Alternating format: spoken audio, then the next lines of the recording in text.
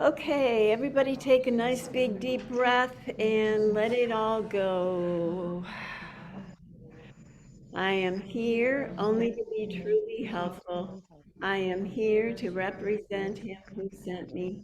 I do not have to worry about what to say or what to do because he who sent me will direct me. I am content to be wherever he wishes, knowing he goes there with me. I will be healed as I let him teach me to heal. Amen. All right, very good. So we basically finished up workbook lesson 190, what was it, 192?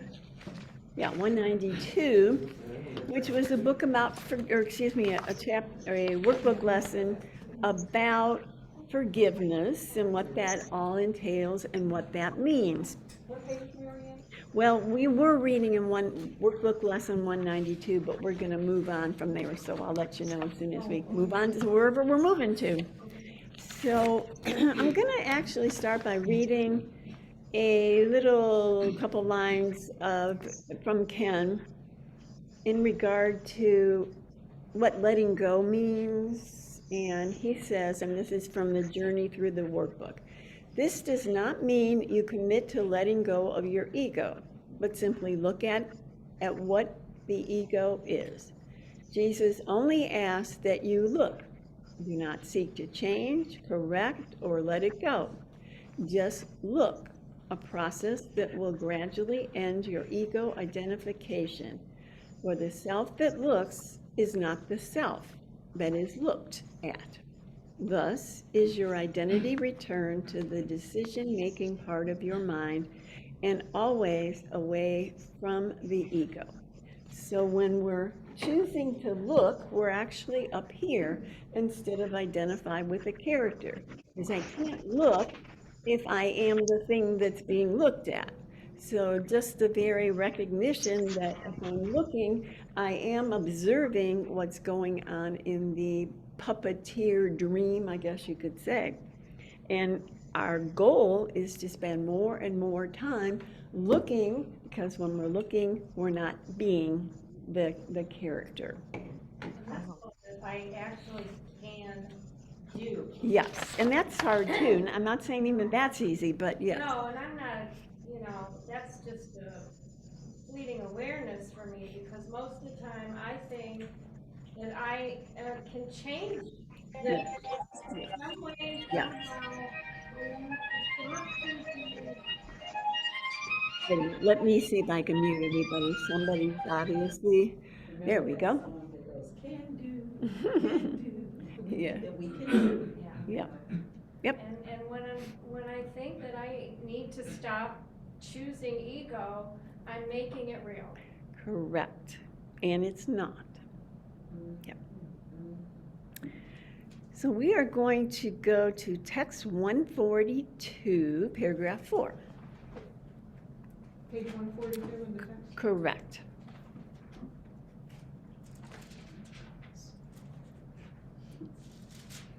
And actually, the sections that we're going to look at today are really addressing this concept of the fact that what I see, I have put there because I wanted it there, because I wanted to avoid remembering that I was, we collectively had chosen against God. So we projected into the world outside of us, making something outside, whether it's my physical body, a person, a place, a situation, so that I can play the part of the innocent victim of whatever is going on outside in the world. And we're all very used to, addicted to, and even literally programmed to live our lives from that lens. Okay? So, as Ken says, as we begin to look at that, it's not, it becomes less potent because I'm observing it instead of being it, and I'm not making it as serious.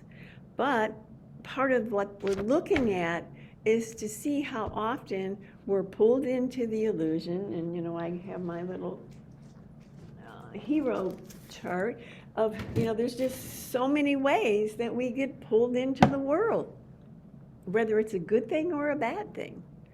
I am an effect of something outside of me, and that's the point, that's the problem, and I've got my finger pointing out at whatever that particular thing is at this particular moment. And they're real good at pulling us in. So on text 142, paragraph 4, when you meet anyone, remember it is a holy encounter. As you see him, you will see yourself, and and as you treat him, you will treat yourself. As you think of him, you will think of yourself. Never forget this, for in him you will find yourself or lose yourself. Whenever two sons of God meet, they are given another chance at salvation. Do not leave anyone without giving salvation to him and receiving it yourself. Sounds nice on paper. Not as easy all the time to live it. So when you meet, Marianne, could I ask a question about what you Yeah. said before you started to read?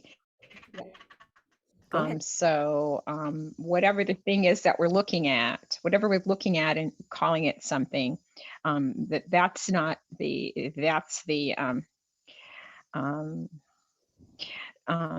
the signal that we're into victimhood, that we're seeing something and calling it something, that it's that problem. So if it's not that, then what is it? Well, If that's not the problem, then what is it? okay. So I'm just trying to I'm trying to put the words in a different place so I can absorb it better. Like so what we're looking at and thinking about is not the problem, it's the way we're right, programmed to look at things. correct. Because that puts us in charge and puts us in the place where we're the victims of the circumstance.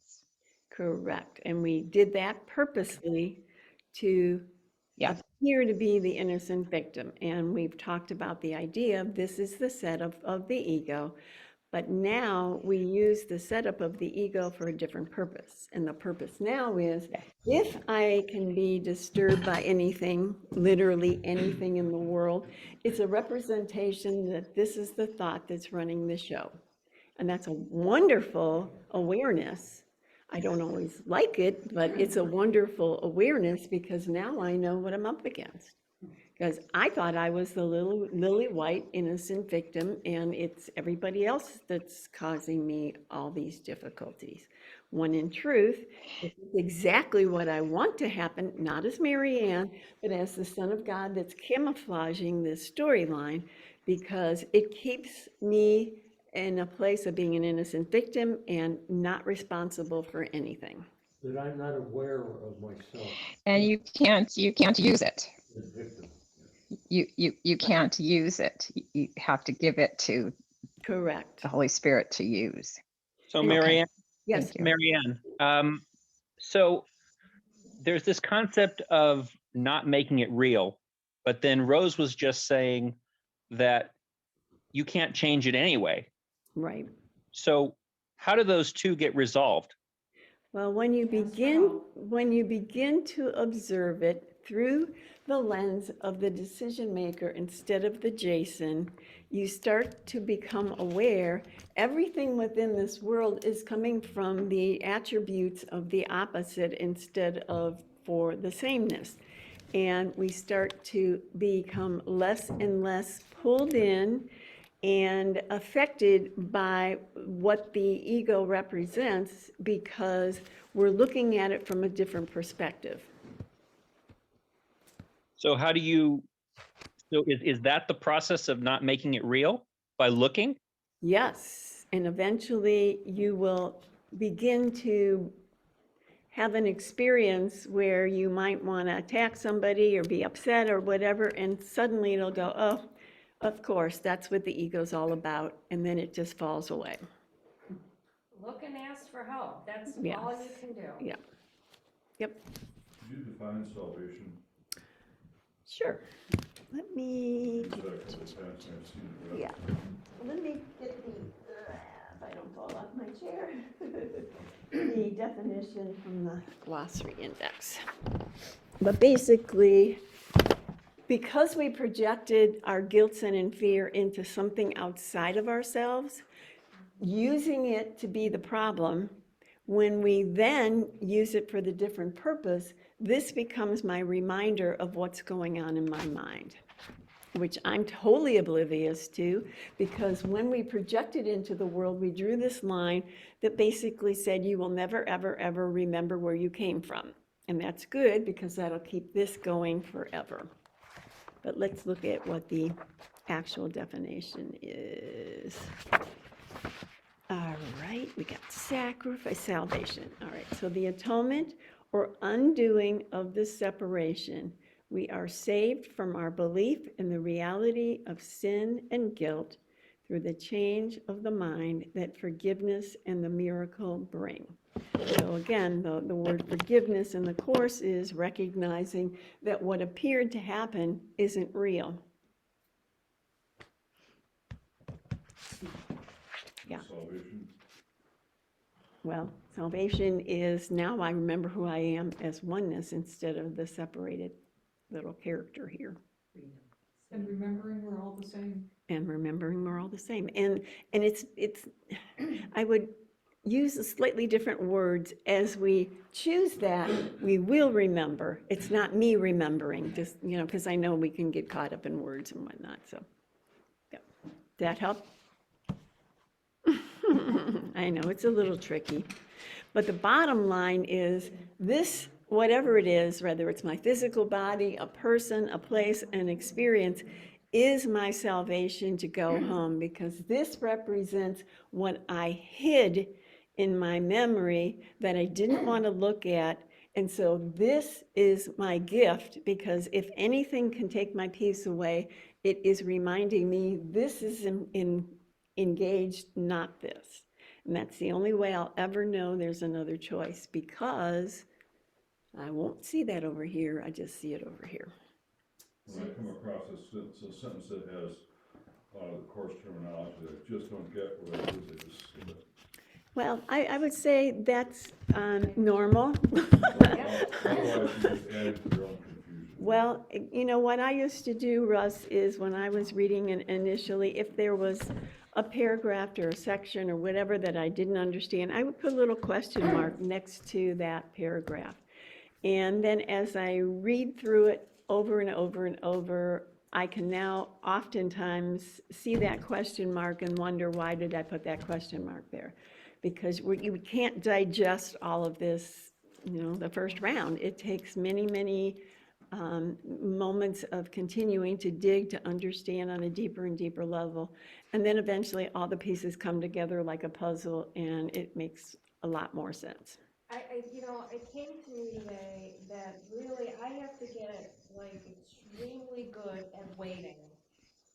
Period. Yep. Waiting. That's all I'm doing. I'm waiting. Yep. I read this until one day something clicks. Yep. I do the practice until one day some awareness comes. I have nothing to do with any of it. Yep. And initially, and I'm going to speak for myself, I wasn't in a place of doing very well at waiting. No, I was don't either. very impatient and wanted it right now. And why isn't this, presenting itself to me and whatever? And another thing sometimes what I would do, Russ, is if a concept in the Course got presented and it was like, I can't take that in right now. But I trusted that Ken was teaching what he was teaching. So what I would do was think of it as, I'm going to put this on the back burner. And if this is true, Holy Spirit, you show me when I'm ready that it's true. And as the years passed, suddenly I would go, okay, now I get where that works out and why that's correct. But it's not available initially, sorry. Sorry. I have to throw in, Ken Wapnick put a lot of pieces together for me. Oh my gosh, huge, So yeah.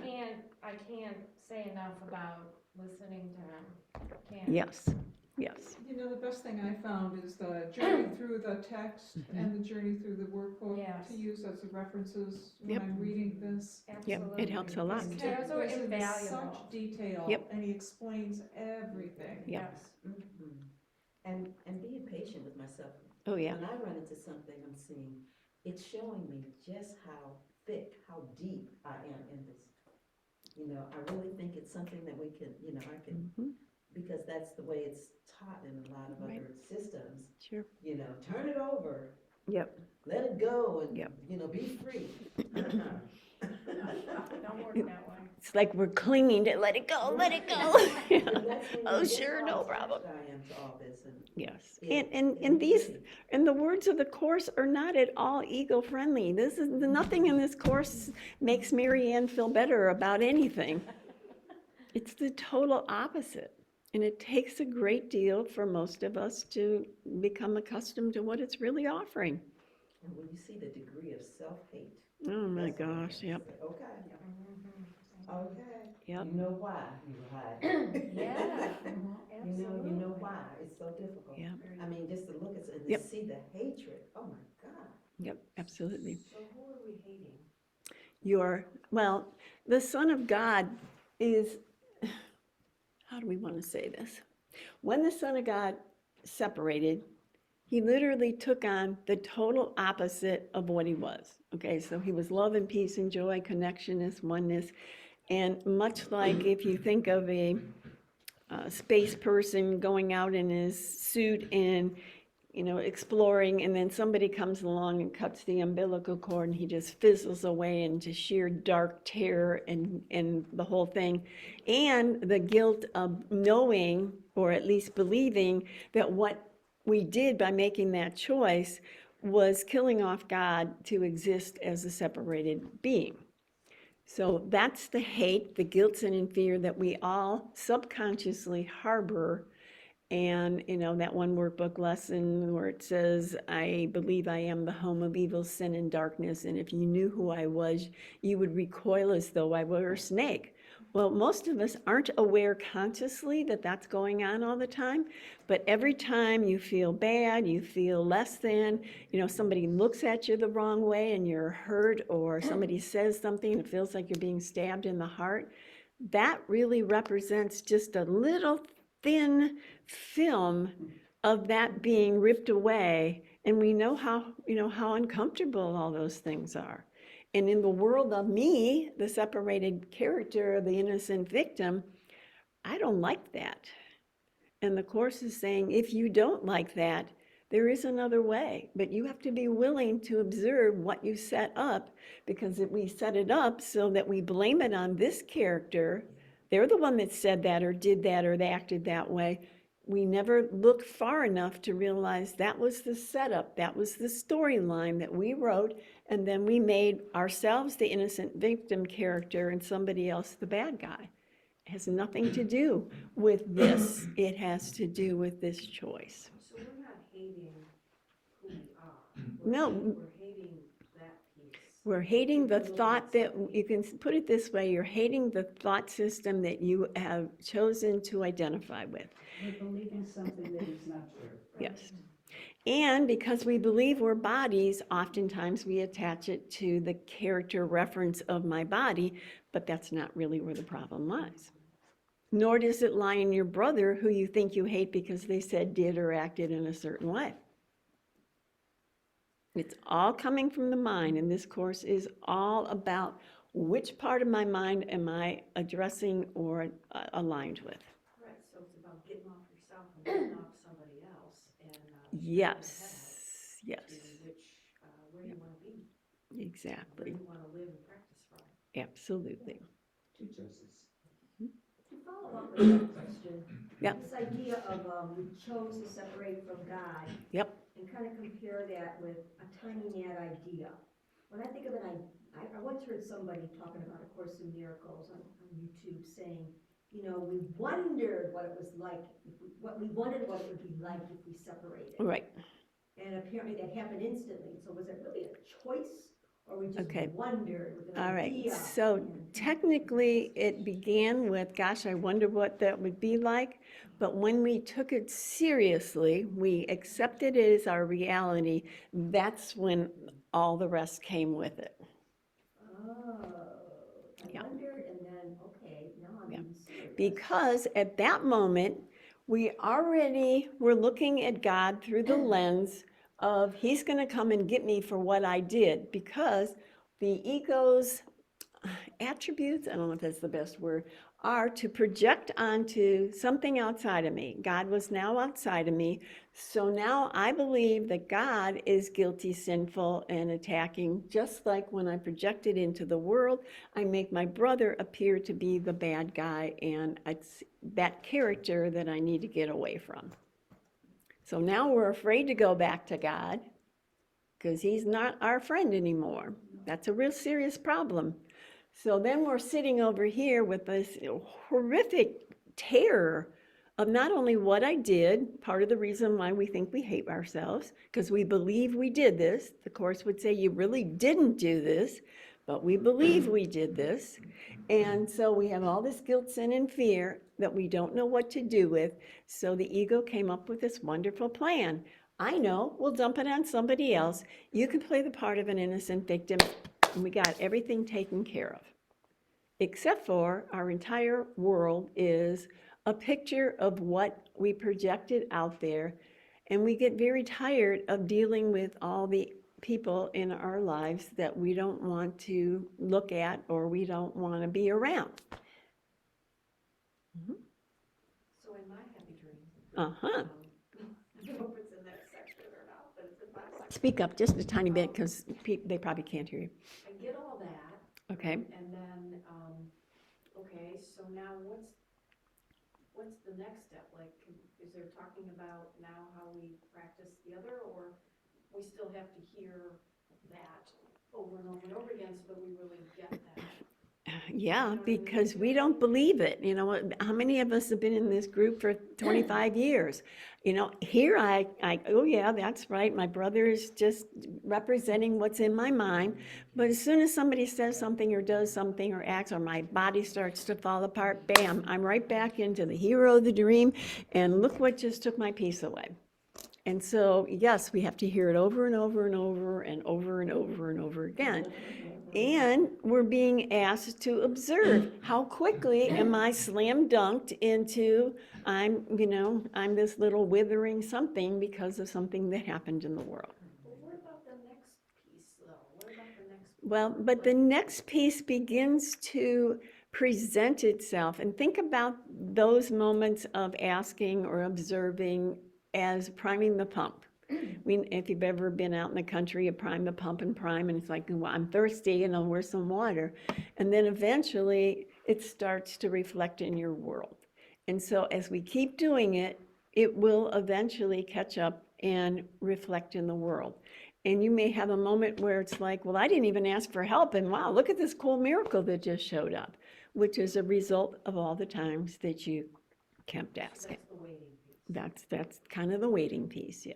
And I would say that for most of us, when we first start with the Course, something, some real cool thing happens that kind of pulls us in, says, oh yeah, that's a good course, let's stick with that. And then, the lessons start showing up and it's not quite as much fun. Yeah, we gotcha, yeah. All right, so back to paragraph 4. When you meet anyone, remember it is a holy encounter. Is that how you feel when someone just, smacked you across the head or made you feel bad, or, the list goes on, or, you go to the doctor and the doctor gives you a report you're not too happy with? Is that the thought that comes to mind? And the answer is, well, no. How do I want to say that? But No. there's a millisecond. Well, now it is, but not when we were first starting. Right. No. Yeah, but even the millisecond is a start in the direction we want. Yeah. I'm playing with milliseconds. Yeah.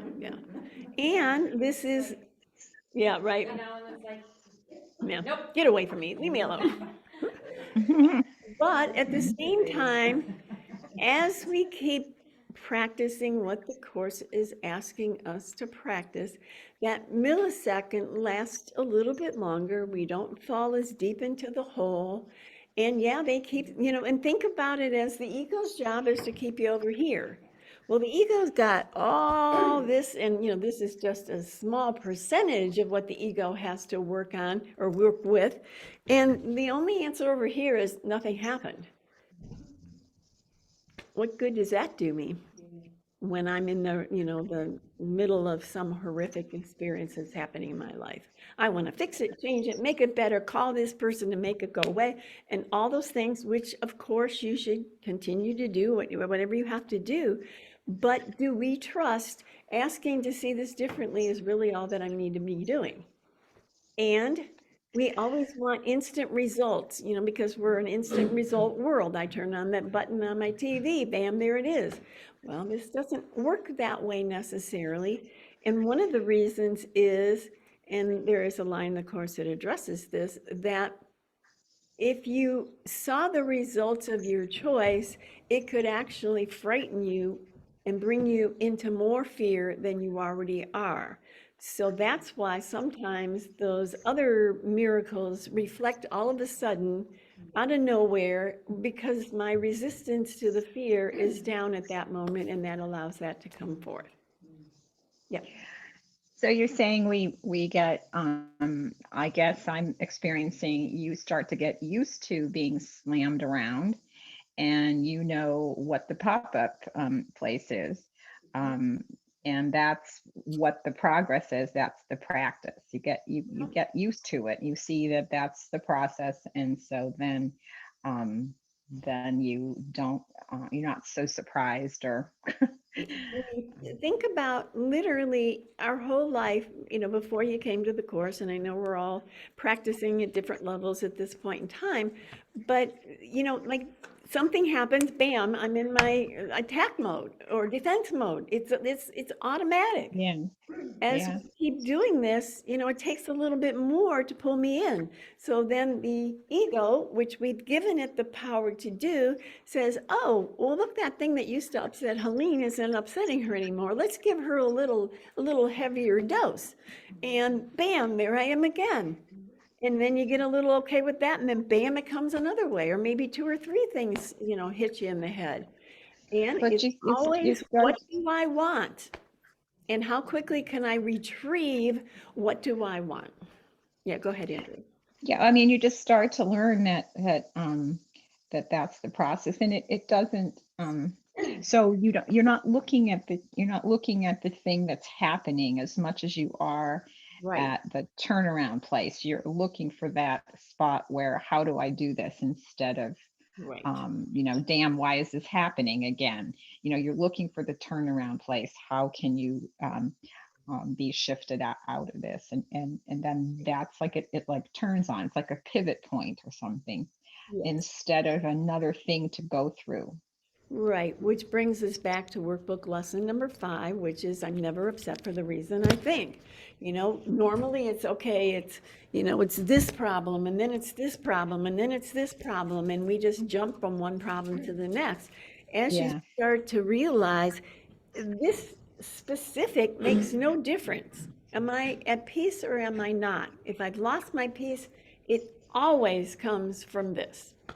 Unequivocally, it doesn't matter what it looks like or how it presents itself. But that takes practice to get to the point where I'm conscious enough to stop and go, wait a minute, it's not about what that person said. It's not about what that situation in my world looks like. It's about that, and now I can do something different. Okay, so you were next, and then I'll have to say. What's been coming into my awareness more lately is, the other day my brother was doing something, I don't even remember what it was. I was irritated. Mhm. Then the thought came up, you don't have to say anything. Mhm. And what really, God, I can't explain it, but what really started to register for me was what a relief it is for me that I don't have to change the situation.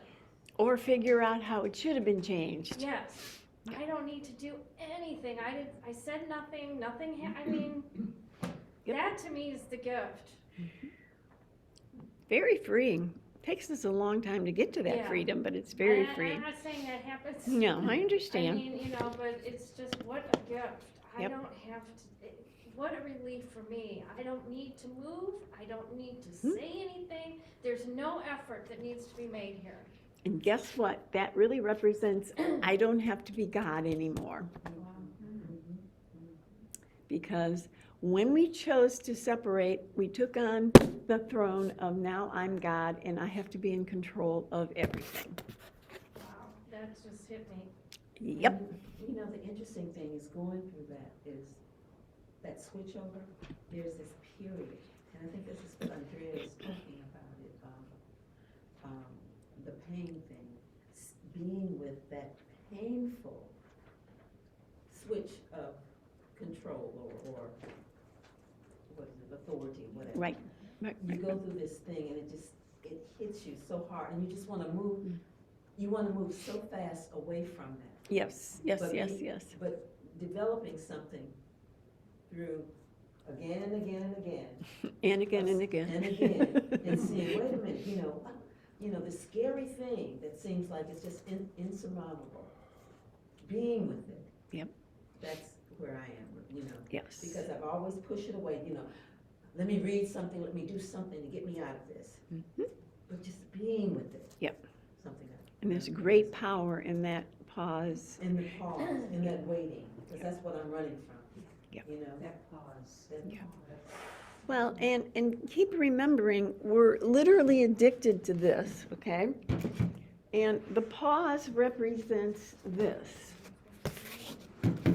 Do you think that's friendly to me, who's addicted to the insanity of the chaos of the world? Very uncomfortable. But when we can, even for a moment, be in that place, it can shift things amazingly well. Yeah. I often ask myself or hear people asking, what do I do? What's the next step? Gosh, Where yes. do I go? And what I want to do is bring it back to that stillness Mhm. where there is nothing, there is no path. Yep. I am just the center of that Yes. quiet, Yes. still grace that's within. Yes. I remember years ago when I first started the course, I was having a really challenging time with another person, and I was like a crazy woman. And then, something about the course dawned on me, and I thought, what do you want from me? And there was no answer. But the answer was, there is no answer. Just stop. Very, very difficult to do. Very, very, very difficult to do, but great power in the ability to just stop. Yeah. And again, we are not at all comfortable about this. And even in general conversations, if there's a lull in the conversation, look how uncomfortable we get with just that. And that's not even a threatening situation. It's that moment of, we have to fill the space quick, quick, quick. Instead of, I don't know. It's just all part of what we've been taught as we grew up. Well, You're in a conversation, one person speaks, you wait for the answer from the other person, and Yep. on and on you Right. go. But and the course would go further in saying, yep, but that's why you set it up that way, so that you would never spend time in that place of nothing, because you're so uncomfortable with the nothing. And then that comes back into that sick and tired, you gotta get sick and tired. You gotta be sick and tired, yeah. Become so humbled, it's like, you know what, Yep. I've tried everything, I've done it this way, I thought, I don't know That's- anymore. Nope. That one line near the beginning where it says there's a limit to how much pain we can tolerate. And when we hit that place, in whatever form that comes, that's when shifts change. Because I know, as you said, I've tried it in so many ways. I bang my head over there, and it's not working. That's when we go, okay. And it blows my mind how far down the rabbit hole we have to become before that moment happens sometimes. It's just, Yes, Andrea. It's like the battle of the bands or something. There's all this racket going on, and you're trying to think about what, there's just all this. It's a constant kind of battle with whatever thoughts you're having to cut through them and ask for help about what's, but the thoughts are kind of equally exasperating. One being, where the hell is the Holy Spirit now? And the other being, look at this shit. And so you're just like, you're at this place, and then you have to keep making the choice. And then the only way you're going to get any peace is if you make the choice toward the Holy Spirit, or just nothing. Like, I don't know what to do, or what do you want from me? How do I do this? And just some simple words then seem to redirect me, and well, at least they let me go to sleep at night. That's what's happening now. There you go. Yeah, but it's just this cacophony of, Yep. no, you do it, no, you do it, no, you see it, so then it's really it's really the whole crux of the matter is right there. Yep. And it doesn't matter what it is, if it's a little thing or seems little or not, it still is that constant barrage of what are we going to wear, what are we going to do, what are we going to eat, what are we going to now, what are we going to do?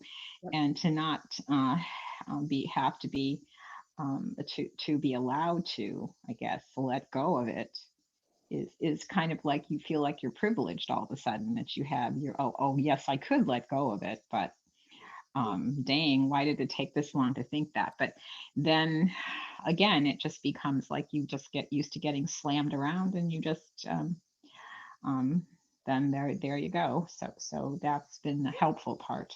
And we're Definitely. very addicted to being slammed around, and there is some thrill and excitement with that, whether we like it or not. We feed off of that, sick as that may appear to be, because that's better than this. And that's literally what's always going on. If I'm uncomfortable with this, I will happily choose this, no matter how horrible my life experience may look.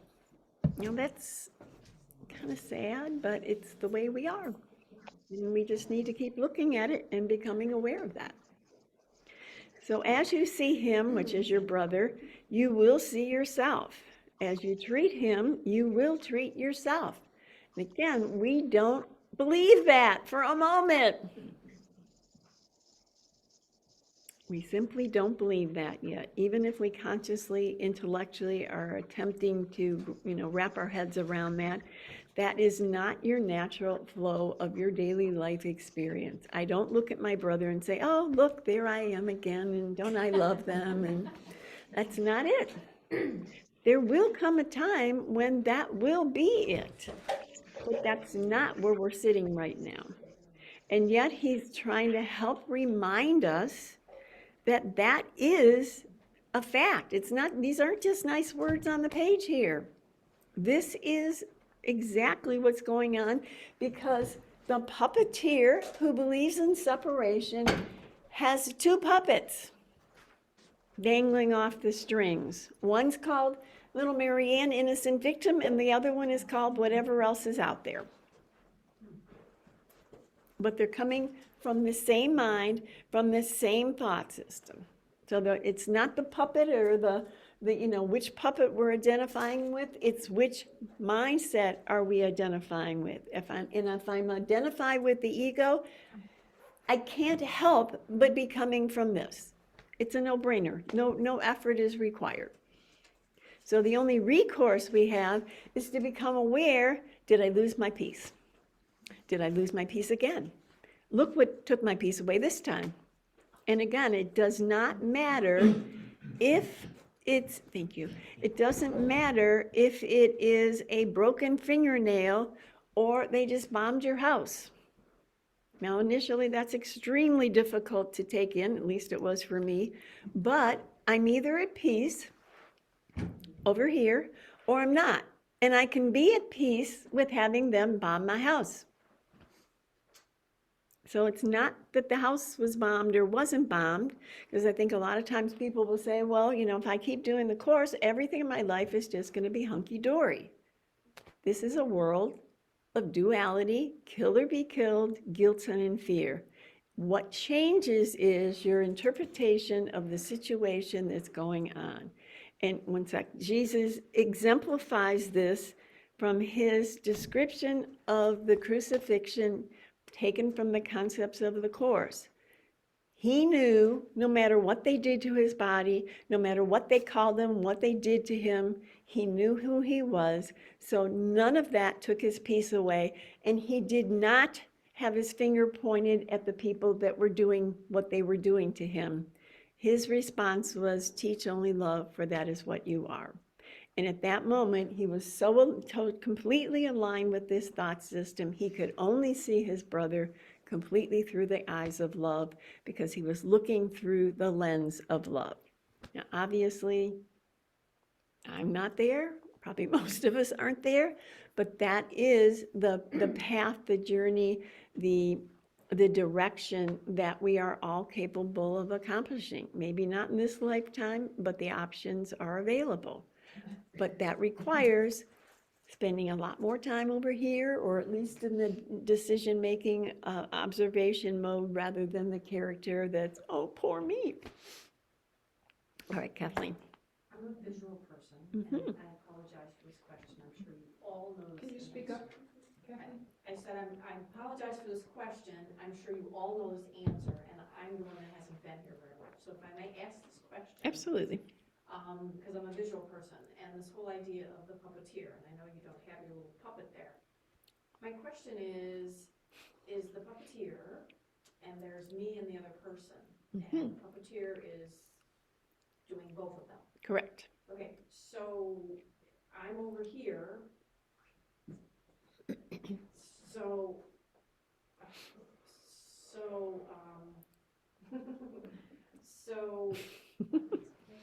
so we're talking to that one.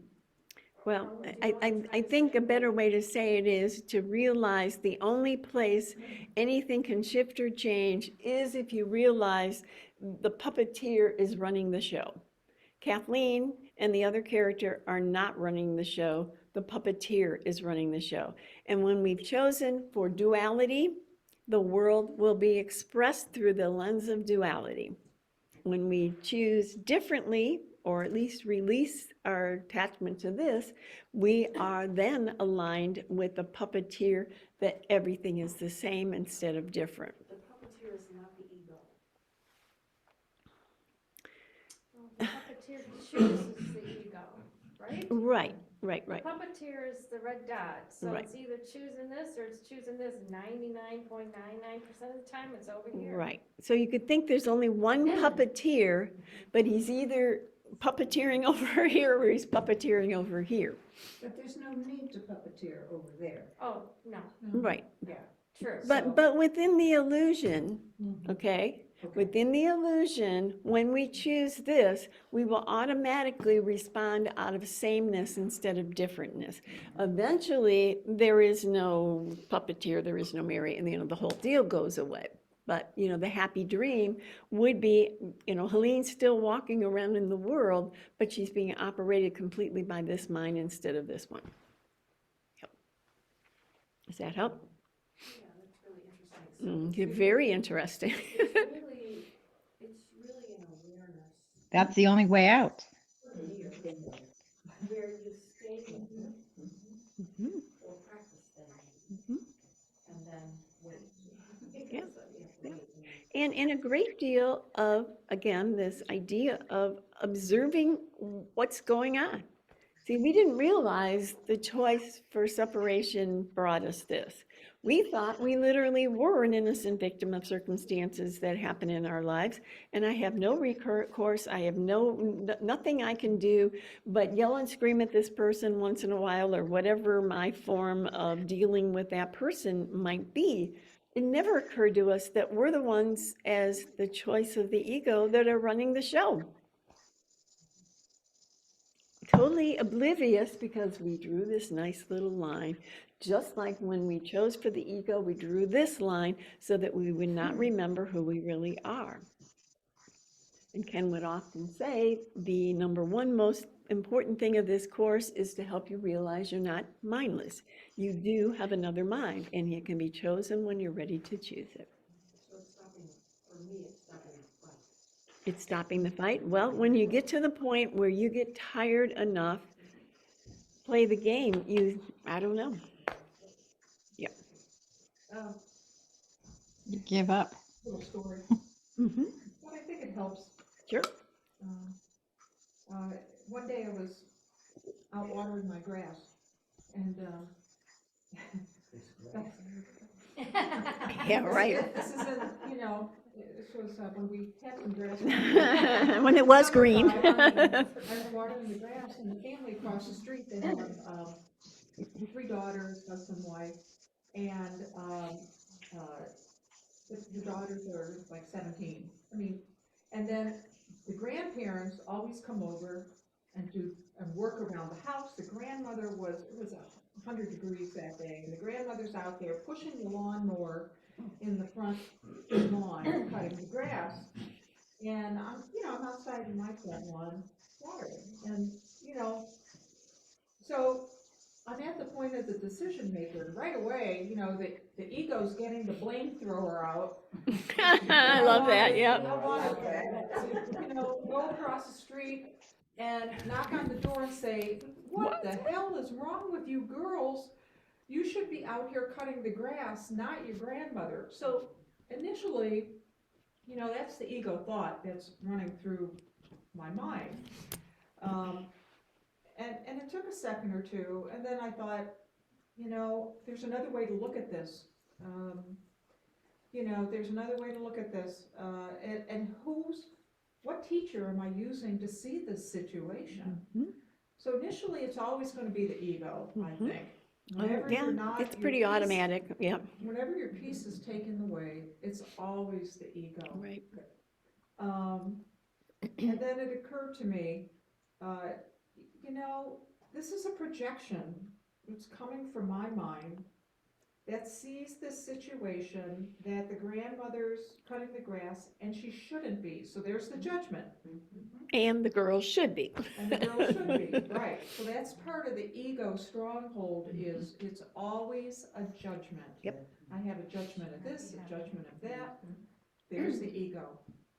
And, after studying this course, right away it occurred to me, all I need is a little willingness to see this differently, to see this situation differently. And there's my forgiveness opportunity. That's where the Holy Spirit cracks the door open just a little and says, here, follow me. Mhm. And he's showing me from above the background, I have a choice.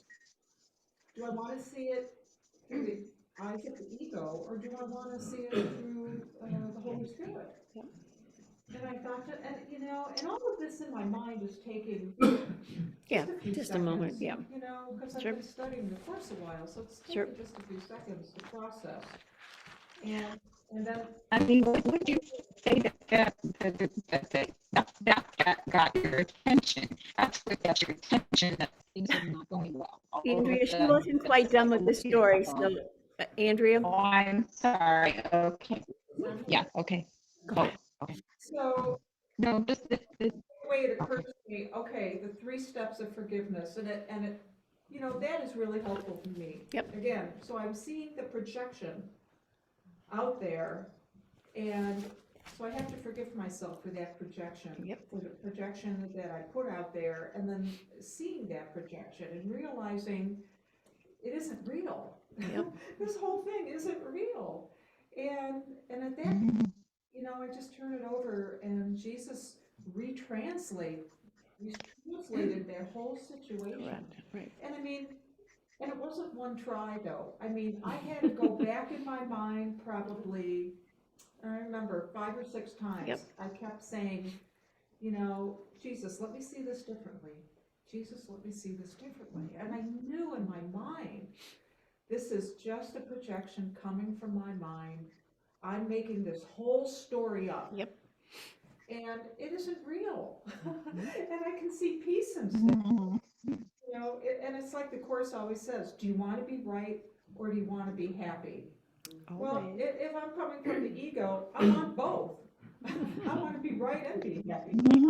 But you being right You're in happy this being world, right. you're not happy. So, yeah, so, and then probably after, 2 or 3 minutes, it's, this whole scenario was just peaceful. I was calm.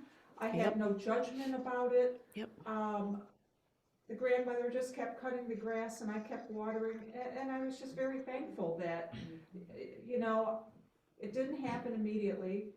Again, it took a few minutes, but after about 5 or 6 tries of rethinking about this and reminding myself that I'm at the decision maker. Yep. And I really want to see peace instead of this. I don't want the conflict.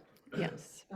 And then it was just like, it was such a miracle, exactly what it is, a miracle. And the whole thing was just changed. It was just changed, and I didn't have a judgment. Yep. And That's what it's about. It's like Ken says that every time you're looking at something, when you don't have a judgment, you're in your right mind. Yep. You're on the side of the Holy Spirit. Exactly. Yep. So I just wanted to tell that little story because Yep. I think it's really helpful. Well, When yes. those things happen to us, and then we can, and every opportunity is a forgiveness opportunity, and we can go back into our mind and walk it back and choose the Holy Spirit. And choose to look, like Right. Ms. Rose's Right. story Yep. also. Yep. I'm looking at it differently. I Yep. get a chance to look at something differently, because when I'm engaged in my interpretation of it, it's all. And in there somewhere, there might be a thank you, girls, for bringing this to Oh, my yeah, attention. yeah, You know, And that's how the other is a gift. Right. Exactly.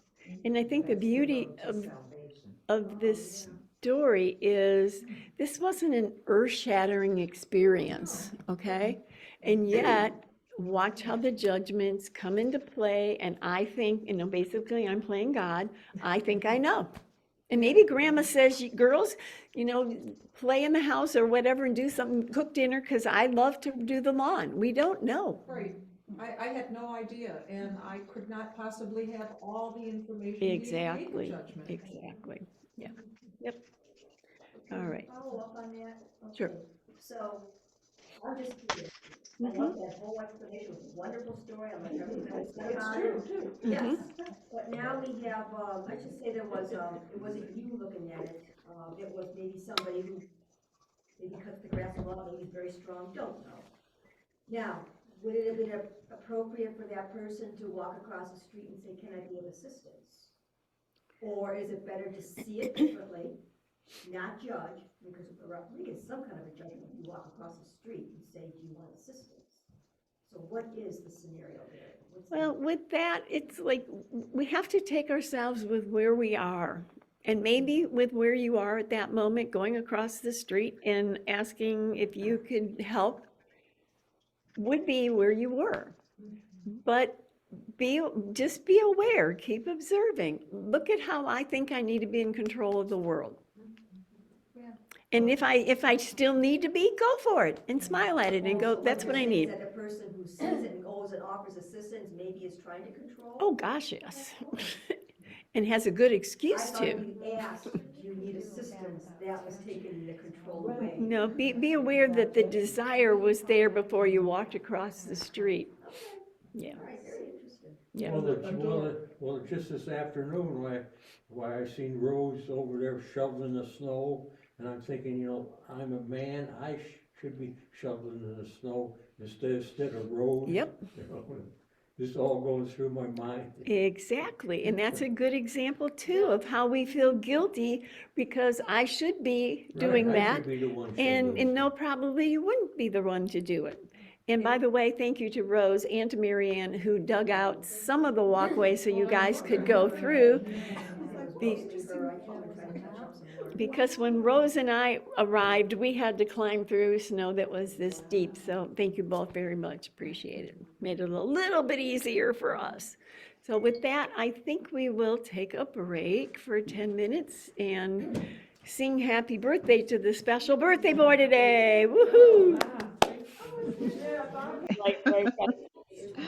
Okay, thank you. Okay, guys, we're going to start. And we're back to text 142, paragraph 4, line number, I think probably 3 or 4. As you think of him, you will think of yourself. Isn't that the way we always do it? That idiot, I can't believe they said that. What did they do that for? Or the stupid computer. Oh my, yes, that can take us for a ride for a long time. So again, as you think of him, you will think of yourself. Never forget this. And again, Jesus is reiterating this over and over and over and over throughout the course because it is so vital, it is so important for our understanding of what the course is really about and how to heal. For in him you will find yourself or lose yourself. So again, when we look at our brother and we are affected by what they say or do or how they act or, the computer or my body's falling apart, that's telling me, how am I doing? And I think it's helpful if we look at this not from a place of judgment, but look at it as from a place of just awareness. This is giving me the awareness that I've chosen wrongly. Don't add guilt, sin, and fear to it. We already have way plenty of that. Just a recognition, oh, I must have chosen for the ego. Oh, I can choose for the Holy Spirit. And just stop. Don't go down the rabbit hole of, oh, I should have done this sooner and what's going on. Stop. It's like on a tightrope. If you fall too far this way, you're just straighten up. Or if you fall too far, straighten up. What we do is we fall and we go, I'm so stupid, and then we go, and then we're down on the floor, and it takes, half an hour to get back up on the rope and then start again. Simply, oh, I chose wrongly. What do I want to do now? Yeah, Helene? Yeah, let's see, what was I gonna say? Yeah, I know. This is a disturbing paragraph. Okay. And none of the other ones have been, right? I remind myself that it's never about the other, it's always about me.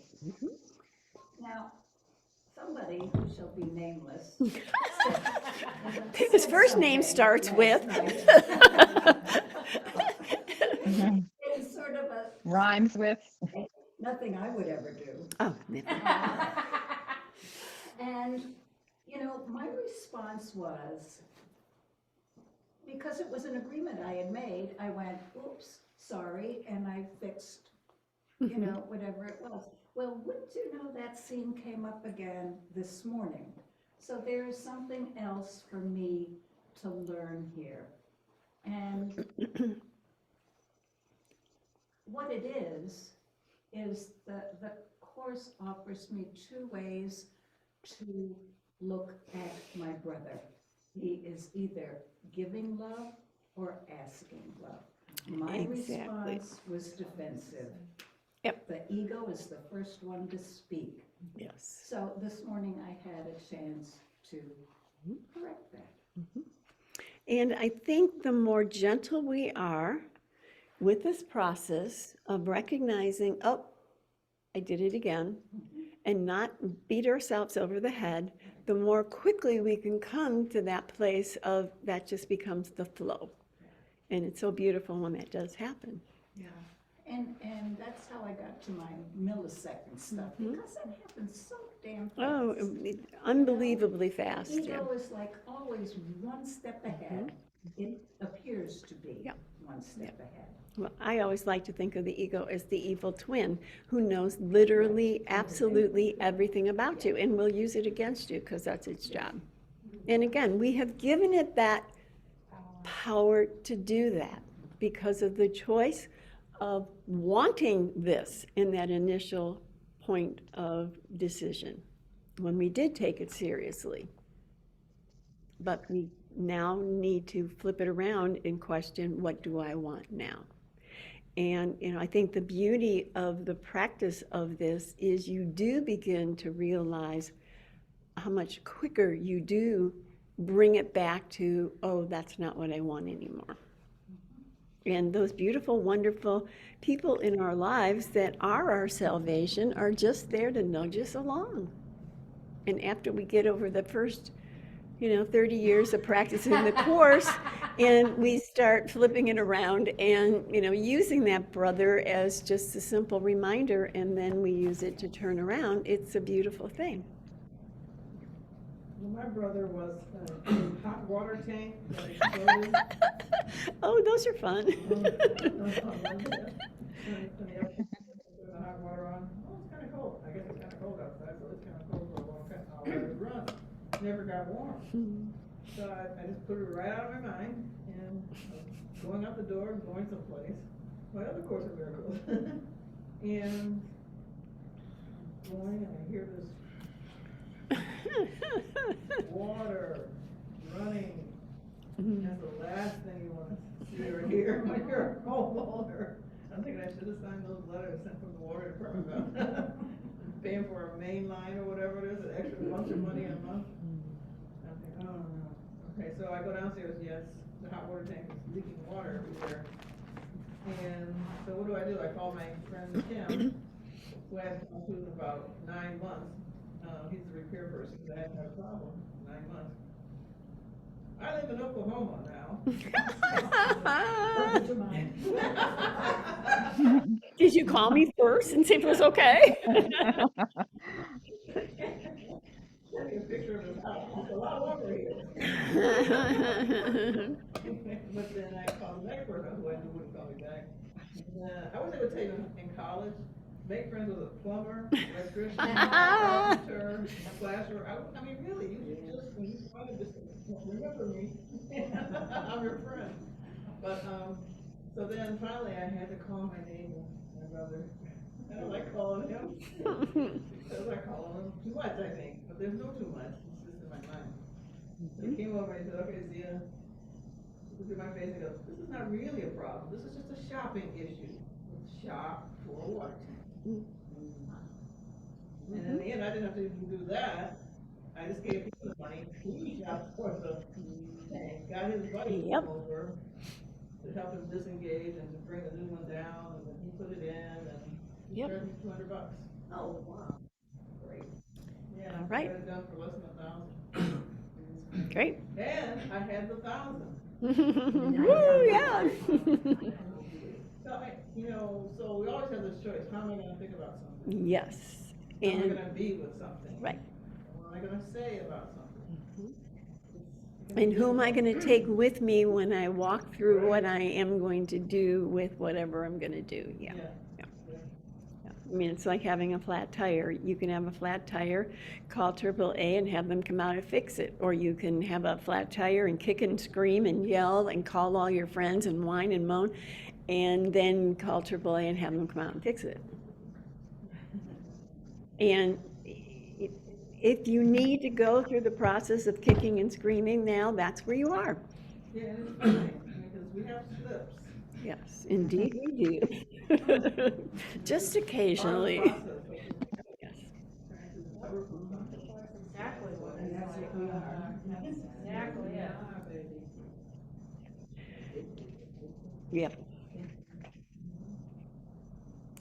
All right, so for in him you will find yourself or lose yourself. When lose yourself, I guess that's the end of the line. This is my handwriting and I'm not doing very well reading it. But again, I'm going to find myself or lose myself in what I do with my brother or that situation or what comes along. And if I, keep on pointing fingers, I'm going to lose myself. When I can turn it around, not turn it around, okay, I'm the one that's at fault. That's no different than me pointing the finger at someone else. It's when I rise above the battleground and realize this is what's going on. This is showing me what I need to do now. For me, Yeah. find myself or lose myself, finding myself is seeing that I am the same, I'm doing the same damn thing. Oh, yeah. And seeing that in a way that, wow, it just brings tears. Yep. It brings tears to me to see that I am no different. I get very critical over someone who's slow, is not getting it fast enough. Fortunately, none of the rest of us have ever had that experience. Damn it, you're so slow. Myself, can I be okay and seeing that, again, self-hate, intolerance, harsh judgment toward me that I put over there on you. Yep. You know, thinking I'm gonna get rid of. Yep. So, yeah, I find myself, and can I be okay with that? Yep. And I think it's also important that maybe the specific thing that someone is doing, you might scan your life and think, but I would never do that to somebody else. But you are a culmination of all the lives you've ever lived. And maybe in this lifetime, there's no way you would, let's say rape somebody. Okay. But let's chop that down a little bit. Is there anyone, not physically, that you have raped, but are there ways of which you rape people emotionally or with your tongue? And so if we chop it down a little bit more, we find that, yeah, I probably am responsible for that kind of an exchange. It looks different, or it may be the opposite. I've had that experience as well. But this is always telling me what's going on here. Always. It would not affect you if it didn't. I've often given the example, if I walked up to Helene and said, Helene, you are 18 feet tall and you have purple hair, Helene would look at me like I was a little weird. But if I said something to Helene, and let's say she got on the scale, and I don't think you did, but if you got on the scale this morning and you had gained 5 pounds and you were feeling guilty about that, and I said, boy, you're looking like you put on a few pounds, immediately the defense would come up and the pain and the trigger would show up. So if something can trigger us in any way, shape, or form, know that there's an attraction point within you, unequivocally, whether you can connect the dots or not. Sometimes I think that some of the people who end up being criminals, serious criminals, they're just carrying the negativity of other beings Could very well happen, yep. within them. Then they have their own. Yep. I'm not so quick to blame anymore. Yeah, exactly. None of my business, really. Nope. And if you lived the life that they lived, perhaps you'd be doing the same thing or worse. It's so easy because we're looking from the box of the scenario that we grew up in and just assume everybody on the planet is coming from those rules and regulations. Not happening. Yep. Oh gosh. Oh, yes. On a moment to moment. Kill it, squash it. What do we think that is? That's murder. Sure is. If I do it, but I have to bless them. Yeah, I ask them what they want. Yeah. But I think, right, I think what Tashara was saying is very important because I may not walk around with a gun or a knife, but boy, if somebody, cuts me off on the road or something, I don't need a knife. My anger, my fear, my whatever is very justified in that experience. Well, I think it's more fundamental. If I'm eating at McDonald's and they fried their fries with hydrogenated oils, or that some of their stuff used to be more of it plastic. So, I mean, I am contributing to problems in the world. And America, they say, produces 73% of the world's pollution, so we are. Oh yeah, we're not lily white at all. In that sense. Yep. So again, we have lots of places to practice this, like pretty much everywhere you go and every moment of the day. How many will you? All right, so whenever two sons of God meet, they are given another chance at salvation. So if I fail to connect with my brother showing me what's going on in my mind today, tomorrow, or the next day, one day it will dawn on you, wait a minute, this story is not about the specifics. This is about that they've triggered a place in me that doesn't love myself, that doesn't identify with that connection. You remember I told about my dessert that was stolen? I don't remember. Someone took my dessert for a party, and the night before the party, they ate it. I'm laughing with you, not at you, I promise you. It was a very expensive flan from, I drove all the way to the west side to get it, because somebody wanted some of that kind of food. They ate the whole thing. And, They admitted it, or you found this? well, they didn't admit it, it's just that when it wasn't on the table, I asked about it. They didn't say anything, so then I went to the refrigerator where I had placed it the night before I went out of my way. Usually late. See, this is why I used to be late all the time. I came to dessert with me. But I brought the night before, and it was, so she said, well, my husband ate it. Oh, the flan again. Apparently Andrea's heard this story before. Yeah. Hi, Zita. Okay. Yeah. And so Yeah. I had their desserts, and I said, I have a choice here. Mhm. You know, I can just take a dessert and go home and compensate, or what, I couldn't do that. Right. So I threw it up on some high shelf, hoping they would find it next fall. But, because it was the husband's favorite. Oh, yeah. Yeah. Anyway, so I guess it took me out for my birthday, those two. Yeah, yeah. Yeah, her birthday was the same time as Bob's, so yeah. Well, and I think that's the other thing, that person that irritates us the most can also be giving us the most joy at other times. And how we pick and choose, what am I going to hold on to? And, I have that, Tishara always kind of giggles with this one of, like 98% of our lives are pretty good. And why is it that we focus more on the 2% that doesn't work than we do of the 98% that does work? Now that's coming from a mind that's being directed by this storyline.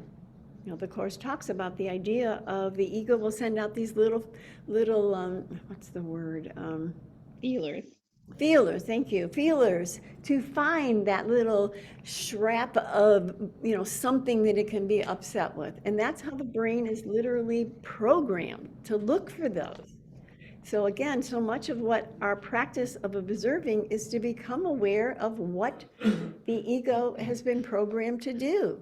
Become the private investigator, walk around with your magnifying glass and become aware of what it's up to. Because the more you're aware of what it's up to, the less it can get you. It's like the computer or the phone. Sometimes I say, well, I was just thinking about this artist, and it's on my computer. Mm-hmm. Or I was just thinking about buying something. There it is. Yep. Well, I'm the one that's been doing all these keys for years. Yes, you have, and they all know about it. And you might not remember it, but they do. So I'm going to read that line again. Whenever two sons of God meet, they are given another chance at salvation. But which one are you going to choose? Are you going to continue to point the finger and blame that person? Or are you going to stop and question it from another level? And as Helene shared her story about last night and this morning, it will continue to present opportunities until we get this. Do not leave anyone without giving salvation to him and receiving it yourself. And again, this is where we're being led to. As I offer that salvation to my brother, I am then receiving it for myself. When I offer judgment and attack, I'm literally ordering the same thing for myself. And, that's not our experience, but that's exactly what is taking place. Okay. Okay, so we are going to move on to text 657, paragraph 6. Mary Ann, Yes, one more question. sure. You said the brain is programmed to look for things to be upset about. That is absolutely correct. Because the ego can't survive without being a problem. Because Kathleen cannot play the part of an innocent victim unless there's a perpetrator. I just really like that and to be aware of what he was up to. So anything over here, anything here is all ego unless you decide differently. You got it. Yes. And Ken's wife, Helen, used to say that once we chose for the ego, we mind melded with the ego, and that is the automatic always, until at this point we stop and go, wait a minute, I don't want to do this any longer. So don't be surprised at how frequently the ego pops up with all its many, it's like a magic man or a juggler. There's more balls to flick in the air. All right, so text 657, paragraph 6. And again, this is talking about the idea that we did this to ourselves. Here is the central lesson that ensures your brother is condemned eternally. For what you are has now become his sin. For this is no forgiveness possible. No longer does it matter what he does, for your accusing finger points to him, unwavering and deadly in its aim. It points to you as well, but this is kept still deeper in the midst below the face of innocence. And in these shrouded vaults are all his sins and yours preserved and kept in darkness, where they cannot be perceived as errors, which the light would surely show. You cannot be neither blamed for what you are, nor can you change the things it makes you do. Your brother then is symbol of your sins to you who are but silently and yet with ceaseless urgency condemning still your brother for the hated things you are. Oh my gosh, who picked this paragraph?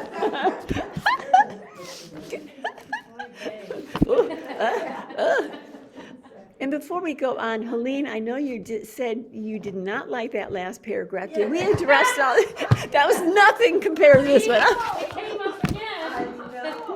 And amped up a little bit. Turn it up. And despite the fact that this is really hard to digest and even read, he wants to let us know this is what's going on so that we can undo what we have done to ourselves.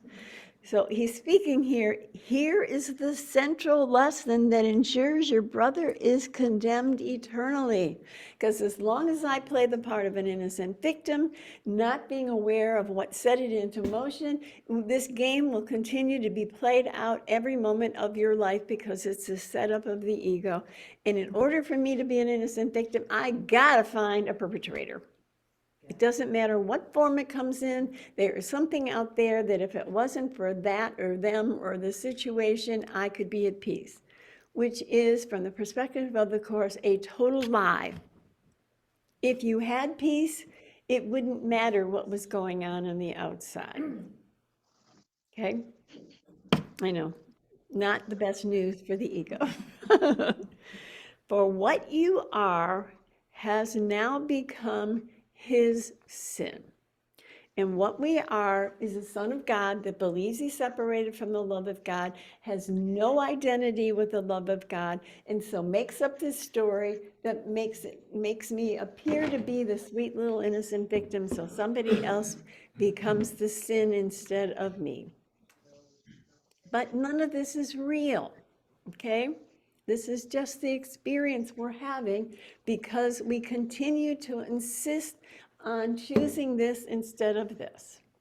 So this is really valuable information to find out what the setup is so that we can be willing at one point in time to drop it and recognize this just isn't what I want anymore.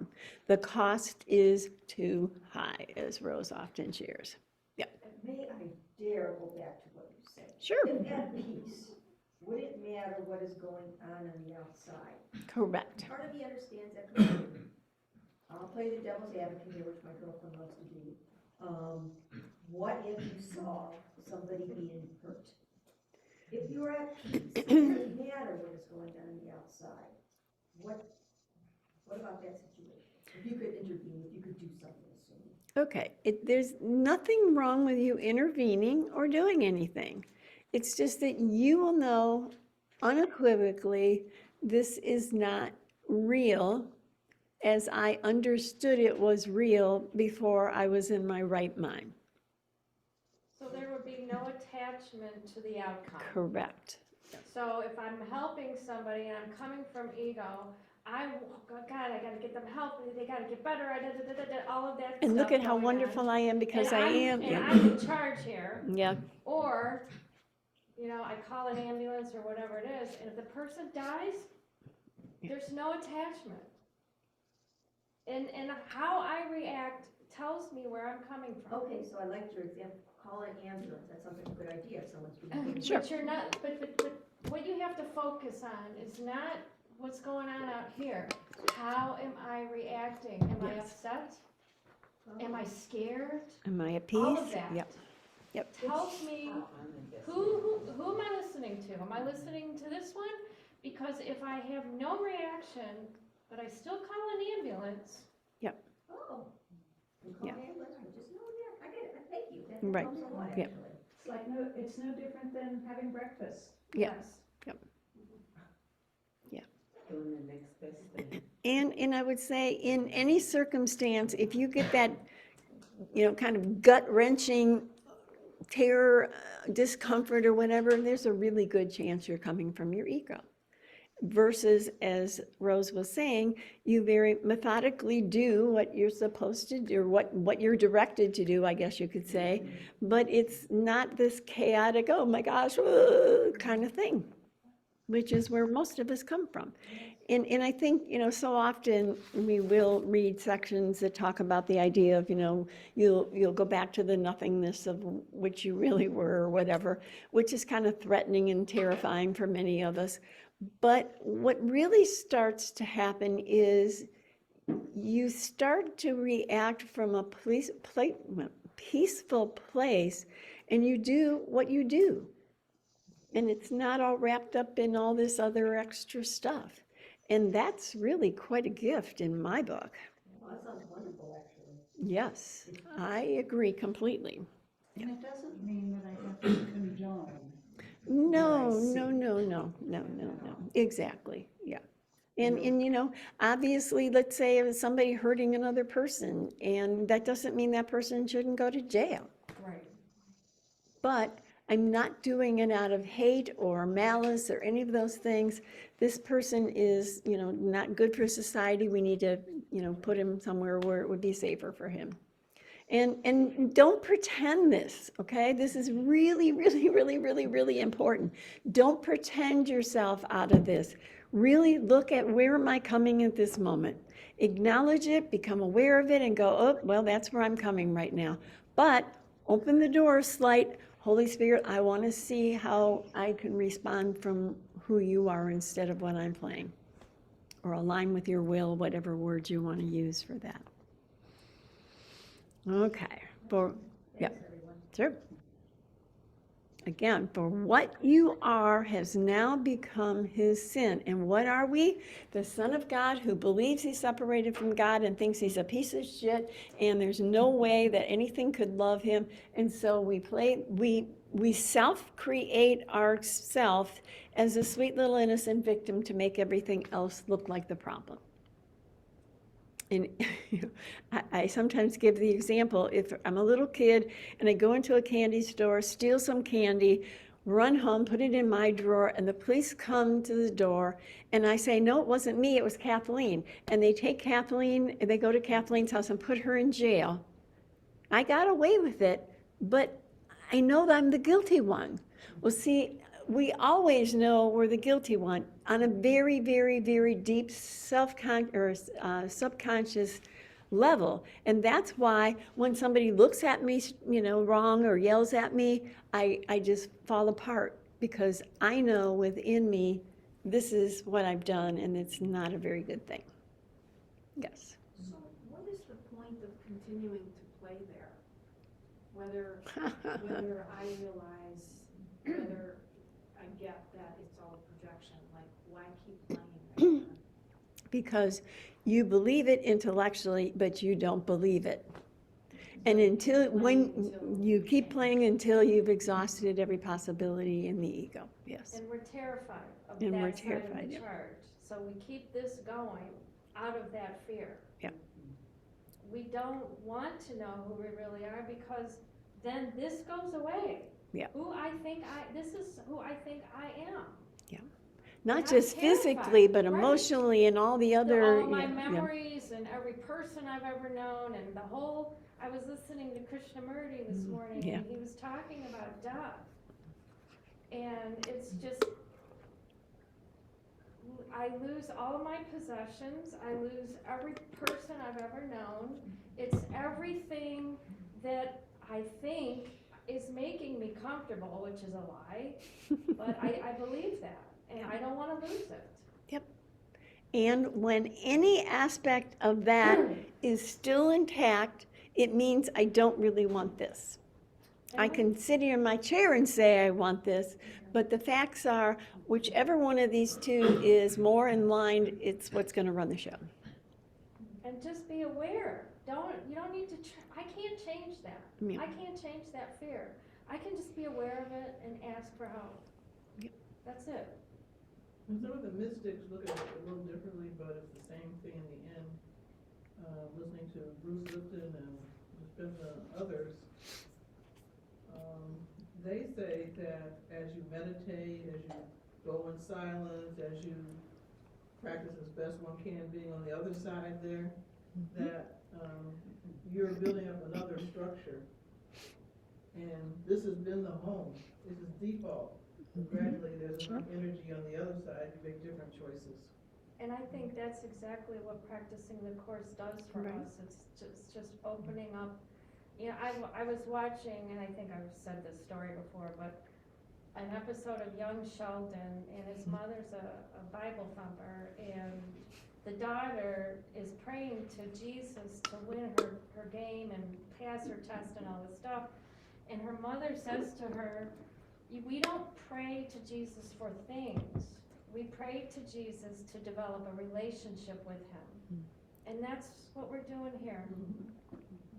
And it opens up other Yes. gifts. Sure. Because when I get me out of the way, the other gifts are already there. So the Course kind of, in my mind, probably the best analogy, it's like you're giving us the dirty little secret. It's kind of like you were saying, Got it's it. like we need to know what the setup is. Like we didn't know what the setup was. No. The Course tells us what the setup is. Exactly. And it kind of explains it, what we're playing in, dirty water there. Yes, you got it. And this whole idea of another way to look at it, and it is really hard if you've been immersed in this in 9 million lifetimes. Which we have. But how cool is this? Yep. Here we are. Yeah. At least we have a crack of awareness that's taking us to a new spot. Where before we were, here with not the availability of these, I literally am an innocent victim of circumstances beyond my control.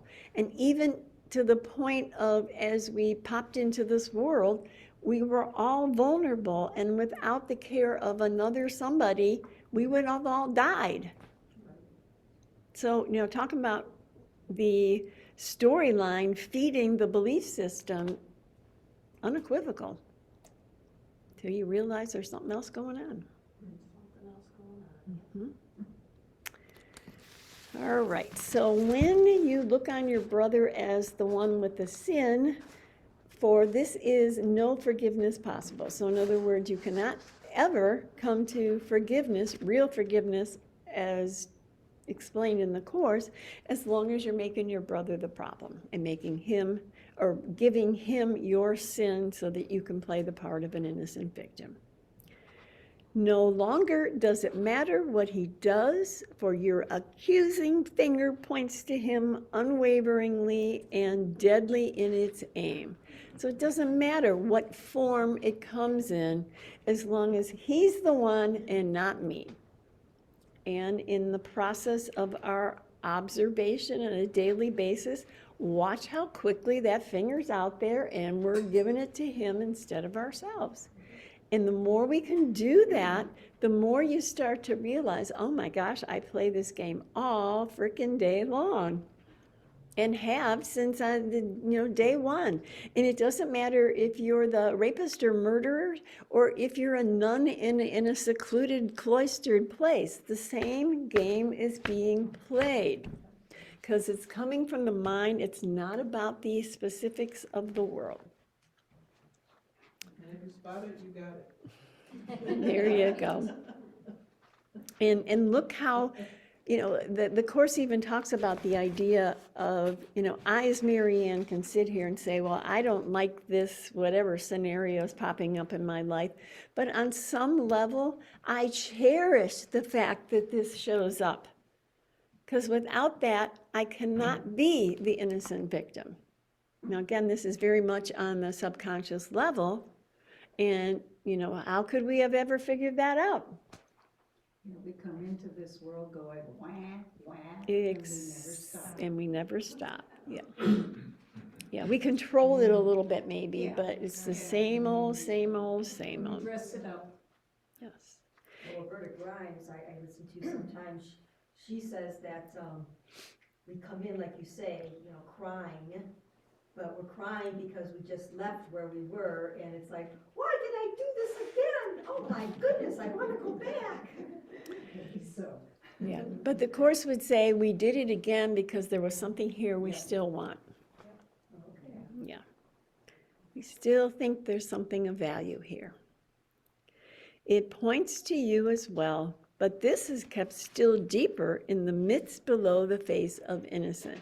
Because on some level, even though I may not consciously be aware, when I point the finger out there, I know that I'm the one that stole the candy and blamed it on Kathleen the whole time. Well, I think of Jimmy's swagger. Oh gosh, that's a real story, isn't it? And, I used to love watching him.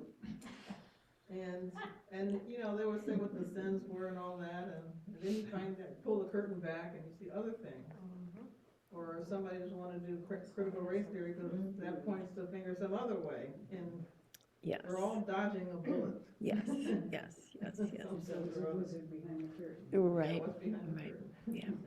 yeah. And I think it's real important as we process through the words of the Course that yes, this is my experience, but it is literally every other person's experience as well. So the person that's pointing the finger at me is coming from the identical place that I am pointing my finger at them. And as this says, let's see, what was it?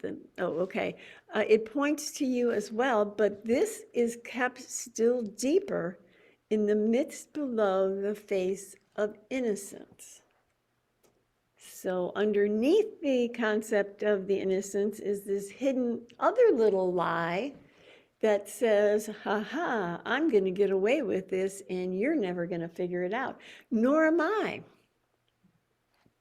So this requires, a lot of examination on many different layers to really get to the crux of what's going on here.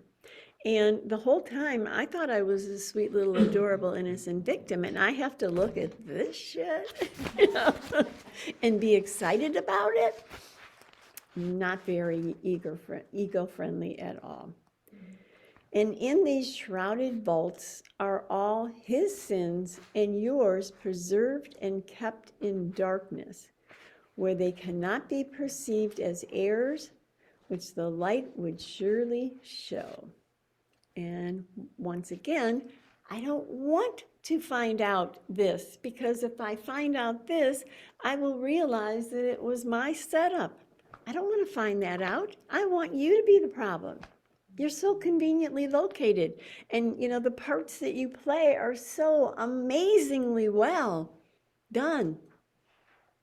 And I have the utmost excuse to continue with this. And I can line up a bazillion people behind me and they will tell me that I'm justified with doing what I do. But I won't go home. I won't find peace as long as that's the game that gets played. Well, I think sometimes it's also that if you're taught certain things, that these are the valuable things and these are not the valuable Absolutely. things, and you go for that, and that can have you going on for years. Mhm. And then I hear all these, self-help gurus have all these wealthy clients who have everything. But they're just, a lot of people are unhappy because they find out when they have the everything that that's not it. Yep, The ladder was leaning against the wrong wall. yep, Or it was just part of their journey to find out about. exactly. Like that Peggy Lipton, or is it Peggy Lee song, is that all there is? Oh, yeah, yep. Well, and for all the people that those teachers taught that did have success, I assure you, there were many that didn't have that success. And they could say, well, you just didn't work hard enough at this, but that was their classroom. And I always kind of laugh at what was that first movie about, the one before the rabbit hole? Oh, What the Bleep? What the Bleep. One of the guys in that movie is in jail for something. Oh, So, really? yeah. So, it's like we just shine the light on what we want to shine the light on and kind of pretend the other stuff isn't going on. It's a pretty picture, Pretty picture, but not all the truth. but now, Or not, yeah, somebody said that recently that, who are you when no one's looking? Exactly. And look at how, if I do something maybe not all that nice, it's okay that I did it, that it wasn't nice, but I sure don't want to get caught by somebody that I think should respect me and they find out that I did that. Oh, wow. So look, again, observe the games that we're playing all the time. They're not very nice, even though we try to pretend we're nice little people. And Or just what you know to do until we get some grace. exactly. I always heard the word grace growing up, and I never understood it, and then I was reading an intro to A Course in Miracles. It's a little book, and it says, grace is divine assistance. He says, it used to be called grace. So when you say divine assistance, I get it perfectly. But grace, I never quite understood. Yeah. But divine assistance makes a whole lot of sense to me. Yeah, you understand grace if you've been in a situation and you couldn't figure out how to get out, and somehow you're on the other side. Well, that would now, yeah, so I think That would be Right. definitely grace grace. would also be divine assistance, obviously. Yep. It didn't happen on this level. So the definition of grace in the glossary index by Ken Wapnick says, grace is an aspect of God's love in this world.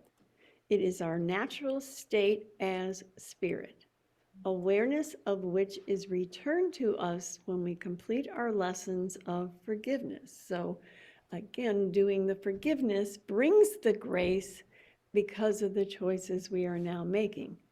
Thus, it is past learning, for it cannot be taught, but it is the goal of learning, for all lessons point to its love. That's kind of sweet. Every once in a while, they say nice things in this silly book. Yeah, well,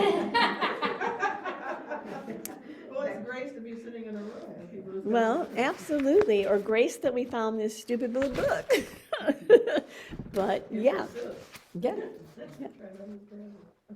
So actually, since this is such a deliciously juicy paragraph, I think it's time to go. So I think we will play again next week in this one, because we don't want to miss any of the juice available.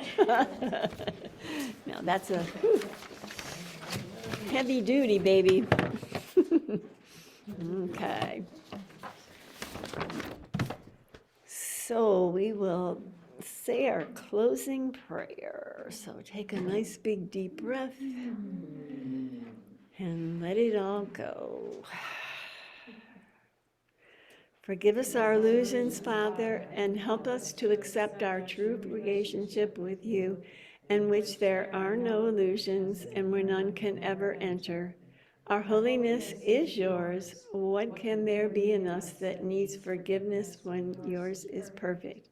The sleep of forgetfulness is only the unwillingness to remember your forgiveness and your love. Let us not wander into temptation, for the temptation of the Son of God is not your will. And let us receive only what you have given, and accept but this into the minds that you've created and which you love. Amen. So go forth among the people and Point the finger. hi guys. Thank you for my lifeline today. Thank you.